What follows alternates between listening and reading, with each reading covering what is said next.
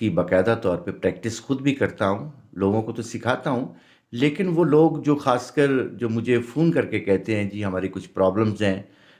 کوئی نفسیاتی پرابلم ہماری ہے، یا ہمیں کوئی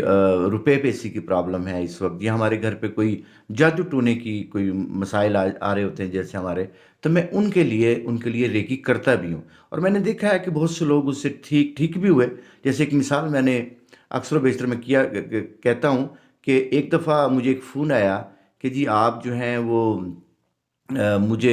میرا کچھ عزیز ہیں تو وہ بیمار ہیں، تو کیا آپ ان کے لیے ریکی کر سکتے ہیں؟ تو میں نے کہا کہ ان کو آپ ایسے کیجئے کہ آپ ان کو نا نماز کے بعد بٹھائیے۔ وہ ان کا آپریشن ہونا تھا جناح اسپتال میں،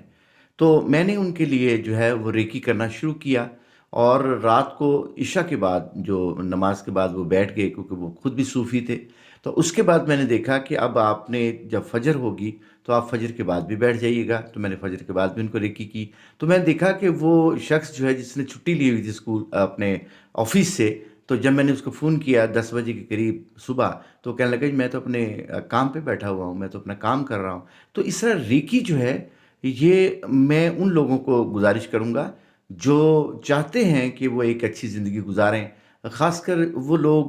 جو کینسر میں مبتلا ہیں، یا ہیپاٹائٹس کے مریض ہیں، یا ان کو کوئی بلڈ کا پرابلم ہے، یا ان کو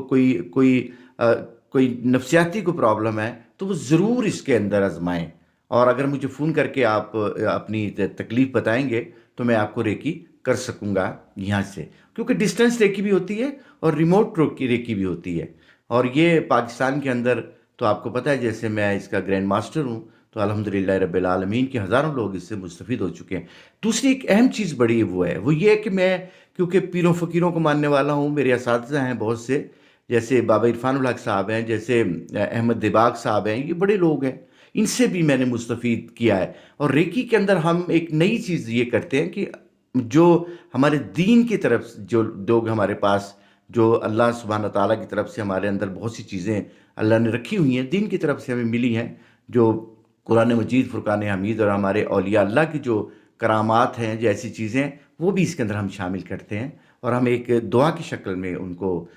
جو ہے مستفید کرنے کی کوشش کرتے ہیں، تاکہ وہ ایک بہترین زندگی گزارنے کے قابل ہو سکیں۔ جی اب میں پوچھوں گا کہ